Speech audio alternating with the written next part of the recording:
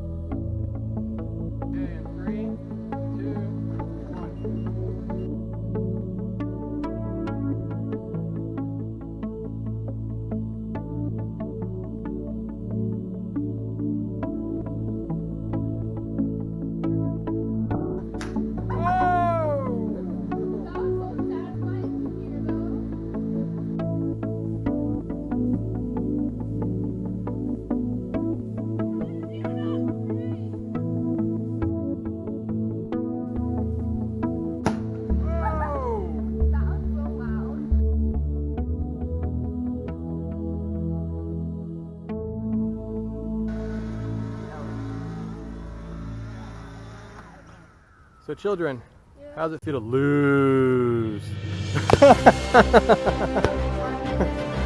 The indestructible Barbie, but the winner was the drone. And oh, the head came off! There it goes. Head came off! We finally killed the Barbie, but after 100 feet drop? Nope. Basketball? Nothing. Safest trying to catch for sure, yes? Yeah. Yeah, I think you touched it every single time. You just couldn't quite hold on. But again, the winner is me You're such a dork. and the drone.